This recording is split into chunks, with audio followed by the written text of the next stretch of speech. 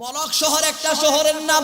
বলক শহরের মধ্যে বিশাল বড় একজন সওদাগর ছিলেন। ওনার টাকা পয়সার কোনো অভাব ছিল না, ওনার ধন সম্পত্তির কোনো অভাব ছিল না। কিন্তু বাবা, ওনার কাছে নবীজির 3 গাছা চুল মোবারক ছিল, মানে 3টা চুল মোবারক ছিল।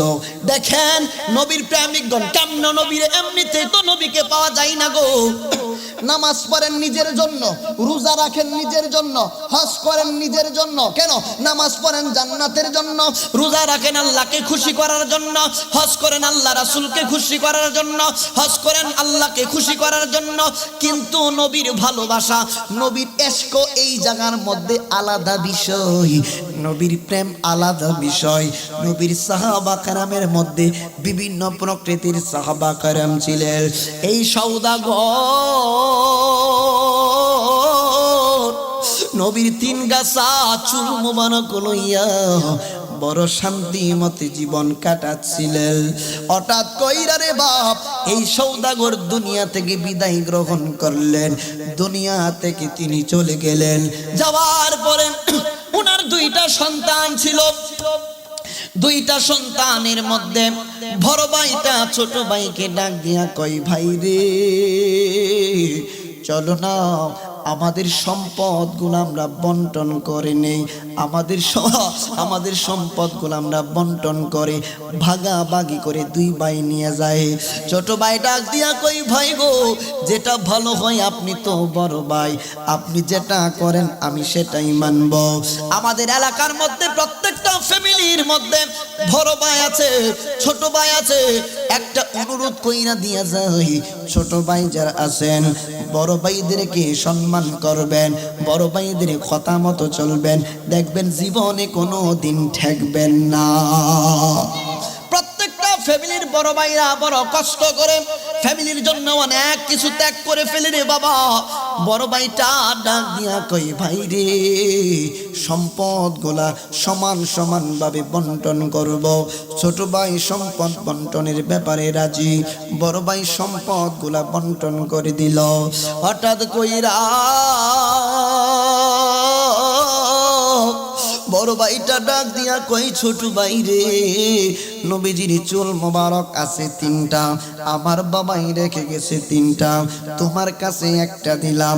নবীজির চুল মোবারক আমার কাছে একটা আনলাম, আর মাত্র একটা বাকি।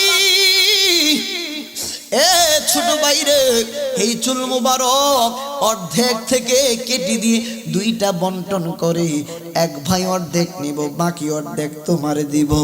ছোট ভাই ডাক দিয়া কয়, ভাই রে নবীজির চুল মোবারকের উপরে আঘাত করা যাবে না, কষ্ট দেওয়া যাবে না। ইনজিমিন টাইমে ছোট ভাইটা ডাক দিয়া কয়, ভাই রে নবীজির চুল মোবারক জিন্দা, নবীজির চুল মোবারক পর্যন্ত জিন্দা, আল্লাহর কসম নবীজির চুল মোবারক পর্যন্ত জিন্দা। নবীজির চুল মোবারকের ফজিলত বললে সারা রাত্র বলতে পারবো রে বাপ। বুখারীর মধ্যে তো অনেকগুলো হাদিস, সেই দিকে যাচ্ছি না, অল্প করে বলছি। ছোট ভাই ডাক দিয়া কই, ভাই গো নবীজির চুল মোবারকের উপরে আঘাত করা যাবে না, একটা কাজ করো। কই কি কাজ করব? কই আমার বাবার সমস্ত সম্পত্তি তুমি লইয়া যাও, বিনিময়ে নবীজির সমস্ত চুল মোবারক আমারে দিয়া দাও। বড় ভাই খুশি, আমার বাবার সমস্ত সম্পত্তির মালিক আমি হইয়া গেছি। ছোট ভাই ডাক দিয়া কই, ভাই রে সম্পত্তির মালিক তুমি হইলা, এতে আমার কোনো সমস্যা নাই, বিনিময়ে আমি পৃথিবীর সর্বশ্রেষ্ঠ ধন, পৃথিবীর সর্বশ্রেষ্ঠ দামি জিনিস নবীজির চুল মোবারকের মালিক আমি হইয়া গেছি। ছোট ভাইটা নবীজির চুল মোবারক শুধু চুমা দে, ইয়া রাসূলুল্লাহ ইয়া রাসূলুল্লাহ বলে শুধু কান্দে গো। নবীর মহব্বত নিয়ে কেন যাবে না? এখানে হাজী থাকলে অনেকে হয়তো বা হাজী আছে, মক্কা মদিনায় যারা গিয়েছেন, মক্কা মদিনায় যাওয়ার পরে মাতাফের মধ্যে খানায় কাবা তওয়াফ করার পরে অন্তর সাক্ষী দিচ্ছে গুনাহ মাফ হয় নাই। মাতাফ থেকে খানায় কাবা থেকে মুজদালিফায় চলে গেলেন, মুজদালিফায় যাওয়ার পরে অন্তর সাক্ষী দেয় গুনাহ মাফ হয় নাই। আরাফার ময়দানে কান্নাকাটি করার পরে মাফ হয় নাই, মুজদালিফায় যাওয়ার পর অন্তর সাক্ষী দেয় গুনাহ মাফ হয় নাই। এই যে সাফা মারওয়া সাই করার পরে দৌড়াদৌড়ি করার পরে সাফা এবং মারওয়া পাহাড়ের মধ্যে দৌড়াদৌড়ি করার পরে অন্তর তখনও সাক্ষী দেয় গুনাহ বুঝি মাফ হয় নাই গো। তখন আমার আল্লাহ ডাক দেয় কয় নবী গো, নবী গো, আপনার উম্মতদেরকে জানিয়ে দেন, আপনার উম্মতদেরকে জানিয়ে দেন, ওয়ালাউ আন্নাহুম ইযযালামু আনফুসাহুম জাউকা ফাস্তাগফিরুল্লাহ ওয়াস্তাগফারা লাহুমুর রাসূল লাওয়াজাতুল্লাহ তাওয়াবার রহিমা। অন্তর সাক্ষী যদি দেয় গুনাহ মাফ হয় নাই, মুজদালিফায় যাওয়ার পরে অন্তর যদি সাক্ষী দেয় গুনাহ মাফ হয় নাই, তাদেরকে বলে দেন জাউকা, আপনি রাসূলুল্লাহর কদম মুবারকে যাওয়ার জন্য, আপনি রাসূলুল্লাহর কদমে যারা যাইব, আর রাসূলুল্লাহ যদি আপনার উম্মতের পক্ষে নবী যদি সুপারিশ করে, আমি আল্লাহ গ্যারান্টি দিলাম লাওয়াজাতুল্লাহ তাওয়াবার রহিমা, তাদের জীবনের গুনাহগুলি মাফ করে দেব। কত বড় নিয়ামত প্রাপ্ত উম্মত আমরা, বুঝতে হবে বাপ। ওয়াজ শুনলে শুধু চলবে না, জেহেনে নিতে হবে, মেধায় নিতে হবে, ভিতরে ঢুকাইতে হবে। ঠিক না ভাই? ঠিক। আলোচনা কি চলবে? সামনের দিকে চলবে? আহা কত কথা, সময় তো মানে 1 ঘন্টা চলে গেছে, আমি বলতে পারি না, আমি বুঝতে পারতেছি না আপনাদেরকে কোন জায়গা থেকে শুরু করব।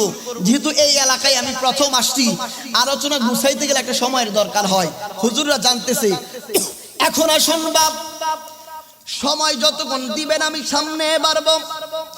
আমার আবুল হোসেন ভাই বলছেন হুজুর ইজ্জত যাতে থাকে এই রকম ভাবে কিছু আলোচনা করবেন, মানুষের সামনে আপনাকে নিয়ে বড় গর্ব করেছি। আমি বলবো আবুল হোসেন ভাই আরো যারা আছেন আপনি, আমি তো আমার বাবার প্রশংসা করতে আসি নাই, আমি যার প্রশংসা করব তিনি হচ্ছেন আমার মদিনাওয়ালা কামলিওয়ালা। আমার বন্ধুরা বাবারা গভীর মনোযোগ। ছোট ভাইটা ডাক দিয়া কয় ভাই রে, নবীজির চুল মুবারক আমাকে দিয়ে দাও, তুমি বাবার সমস্ত সম্পত্তি নিয়ে নাও। সমস্ত সম্পত্তি বড় ভাইটা নিয়ে নিল, ছোট ভাই নবীজির চুল মুবারক নিয়ে শুধু কান্দে আর নবী নবী কইরা সময় কাটে। হঠাৎ কইরা রে বাবা বড় ভাইয়ের সমস্ত সম্পত্তি আস্তে আস্তে করে নষ্ট হতে লাগলো, আস্তে আস্তে করে বিলুপ্তির দিকে রে বাবা, আস্তে আস্তে করে সম্পত্তি নষ্ট হতে হতে গো এই বড় ভাইটা একদম ফকির হয়ে গেল, নিঃস্ব হয়ে গেল। কিন্তু নবীজির চুল মুবারকের বরকতে ছোট ভাইটার সম্পত্তির কোনো অভাব থাকলো না, বড় লোক হইয়া গেল। এই ছোট্ট ভাইটা হঠাৎ করে দুনিয়া থেকে বিদায় নিল গো, ইন্তেকাল করলেন, দুনিয়া থেকে বিদায় গ্রহণ করলেন। ছোট ভাইটা যেই মাত্র দুনিয়া থেকে বিদায় গ্রহণ করলেন, বিদায় গ্রহণ করার পরে এই লোকটাকে আপনার নবী আমার নবীজি রহমাতুল লিল আলামিন নবীজি কত বড় দয়াবান মায়াবান একজন বুজুর্গ লোক স্বপ্নে দেখতেছে এই ছোট ভাইটা আমার নবী আপনার নবীজির সঙ্গে ঘোরাফেরা করতেছে, নবীজির সঙ্গে ঘোরাফেরা করছে গে, নবীর সঙ্গে তার সাক্ষাৎ মোলাকাত হয়ে গেল। আপনার নবী আমার নবীজির এই পাগল আল্লাহর ওলিটা স্বপ্ন যোগে দেখতেছে, নবী গো ওগো মায়ার নবী, এই লোকটা আপনার সঙ্গে মোলাকাত, আপনার সঙ্গে ঘোরাফেরা করতেছে। আপনার নবী এই লোকটাকে ডাক দিয়া কই শুনো,